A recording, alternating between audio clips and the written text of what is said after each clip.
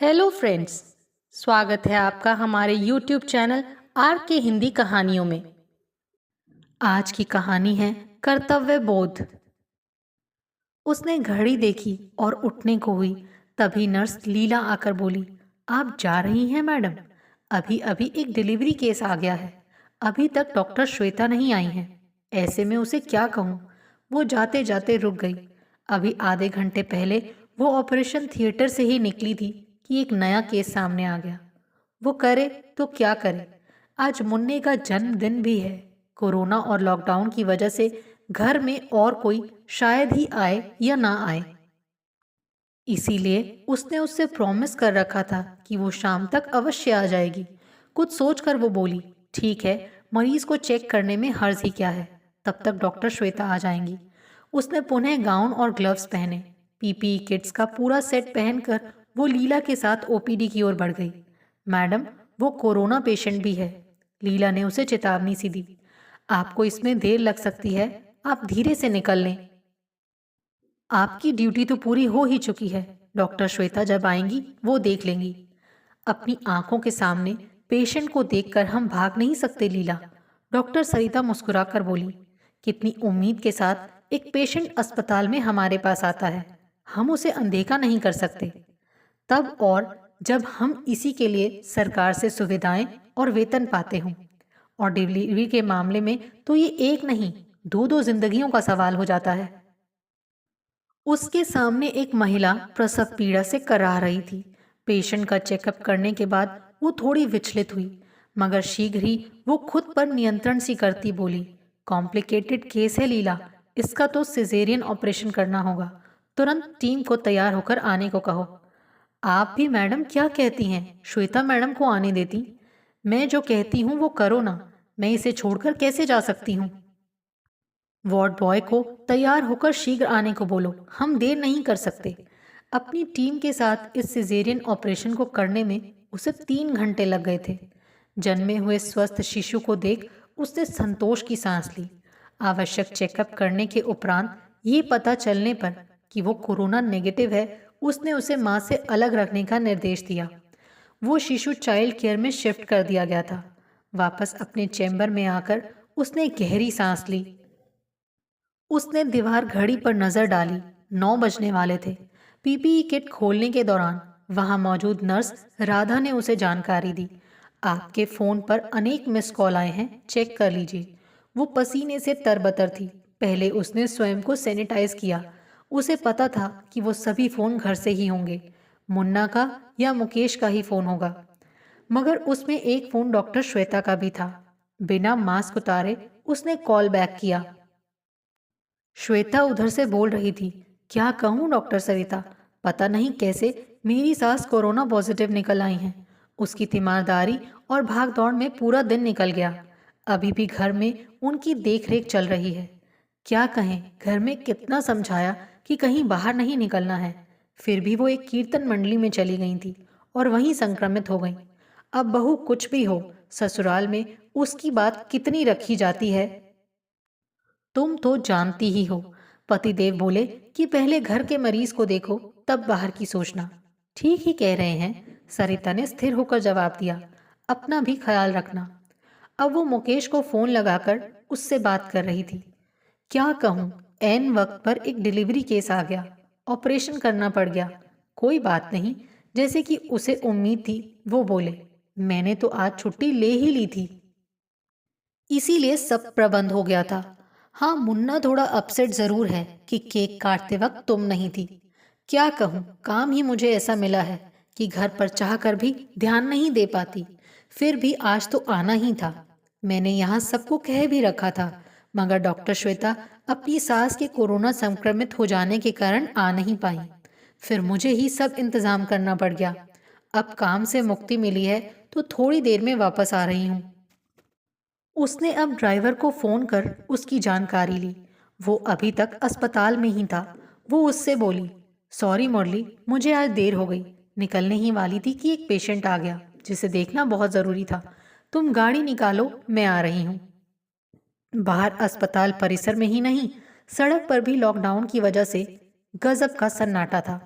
अस्पताल के मुख्य फाटक से बाहर निकलते ही जैसे उसने चैन की सांस ली। लगभग हर मुख्य चौराहे पर पुलिस का पहरा था। एक दो जगह पुलिस ने गाड़ी रुकवाई भी तो वो एम्स में डॉक्टर है वहीं से आ रही है सुनकर अलग हट जाते थे। घर आने पर उसने देखा मुन्ने का मुंह फूला हुआ है। आई एम सॉरी बेटे, मैं तुम्हें समय नहीं दे पाई। इसके अलावा भी वो कुछ कहना चाहती थी कि उसके पति मुकेश बोले, मान मनोहार बाद में कर लेना, अभी तुम अस्पताल से आई हो, पहले नहा धोकर फ्रेश हो लो। गर्मी तो बहुत है, फिर भी गर्म पानी से ही नहाना धोना करना। मैंने गीजर चालू कर दिया है। ये कोरोना काल है, समय ठीक नहीं है। अपने सारे कपड़े टब में गर्म पानी में भिगोकर उसने उन्हें यूं ही छोड़ दिया। अभी रात में वो स्नान भर कर ले, यही बहुत है। स्नान करके जब वो बाहर आई तो मुन्ने की ओर देखा। गालों पर आंसुओं की सूखी धार थी शायद, जिसे महसूस कर वो तड़प कर रह गई। वो निर्विकार भाव से उसे ही देख रहा था। मुकेश भी वहीं खड़े थे। उन्होंने ही चुप्पी तोड़ी।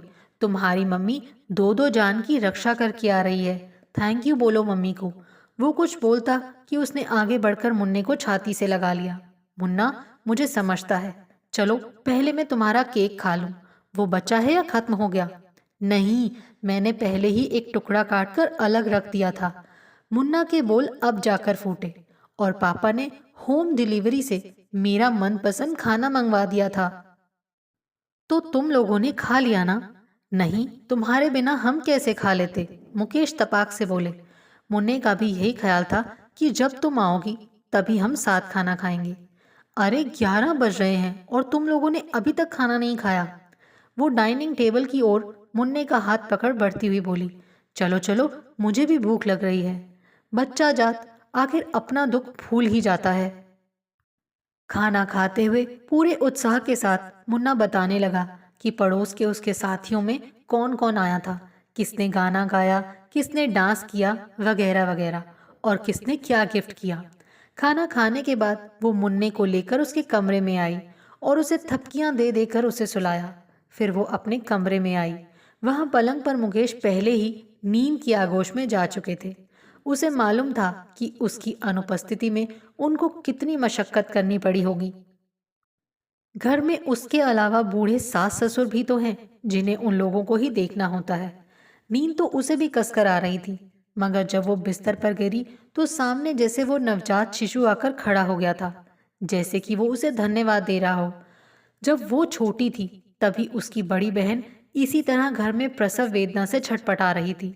उसके मम्मी पापा उसे कितने शौक से अपने घर में लाए थे कि पहला बच्चा उसके मायके में ही होना चाहिए। मगर डॉक्टर की जरा सी लापरवाही कहें या देरी, उसका ऑपरेशन नहीं हो पाया था और वो और उसका नवजात बच्चा दोनों ही काल के मुंह में समा गए थे। तभी उसने संकल्प किया था कि वो डॉक्टर बनेगी। कितनी मेहनत करनी पड़ी थी उन दिनों। पापा एक साधारण क्लर्क ही तो थे, फिर भी उनकी इच्छा थी कि वो डॉक्टर बने। अपनी तरफ से उन्होंने कोई कोर कसर नहीं रख छोड़ी थी और उसका हमेशा हौसला बढ़ाते रहे। यही कारण था कि पहले ही प्रयास में उसने मेडिकल की परीक्षा क्वालिफाई कर ली थी। ये संयोग ही था कि अच्छे नंबरों की वजह से उसका चयन अखिल भारतीय आयुर्विज्ञान अस्पताल के लिए हो गया था। यहाँ उसने अपना सारा ध्यान गायनाकोलॉजी पर लगाया, जिसमें उसे सफलता मिली। आज उसी के बल पर वो यहाँ पटना के एम्स में जानी मानी गायनाकोलॉजिस्ट है। शुरू शुरू में तो कितनी तकलीफ हुई थी। सभी पापा से कहते, बेटी को सिर्फ ऊंची पढ़ाई पढ़ाकर क्या होगा, उसकी शादी के लिए भी तो दहेज के लिए ढेर सारा रुपया चाहिए, वो कहाँ से लाओगे? और पापा बात को हंसकर टाल जाते थे। वो तो मुकेश के पापा थे, जिन्होंने उन्हें इस समस्या से उबार लिया। मेरा बेटा पत्रकार है, स्थानीय अखबार में उप संपादक है। वो बोले थे, अगर तुमको आपत्ति ना हो तो मैं उसके लिए तुम्हारी बेटी को बहू के रूप में स्वीकार कर लूंगा और इसके लिए किसी दहेज या लेन देन की बात भी नहीं होगी। और इस प्रकार वो मुकेश की पत्नी बनकर इस घर में आ गई थी। मैं जिस काम से जुड़ा हूँ उसे सेवा भाव कहते हैं। मुकेश एक दिन उससे हंसकर बोले थे, और तुम भी जिस पेशे से जुड़ी हो वो भी सेवा भाव ही है, तो क्या तुम्हें दिक्कत नहीं आएगी? ये सेवा भाव ही तो है जो हम में हिम्मत और समन्वय का भाव उत्पन्न करता है। उसने भी हंसकर ही जवाब दिया था। और जब हम दूसरों के लिए कुछ कर सकते हैं, जी सकते हैं, तो अपनों के लिए तो बेहतर ढंग से जी ही सकते हैं, रह सकते हैं। अचानक मुकेश उसे देखकर चौंके और बोले, अरे अभी तक सोई नहीं? सो जाओ भाई, जितना समय मिले आराम कर लो। क्या पता कि कब अस्पताल से तुम्हारा बुलावा आ जाए। इस कोरोना काल में वैसे भी सब कुछ अनिश्चित है। ऐसे में तुम्हारे कर्तव्य बोध को देख हमें भी रशक होने लगता है। उसने हंसकर अपनी आंखें बंद कर ली थी। आपको हमारी ये कहानी कैसी लगी, प्लीज़ कमेंट करके ज़रूर बताइए। अगर आप इस चैनल पर नए हैं तो इसे सब्सक्राइब करें और शेयर करें। Thank you.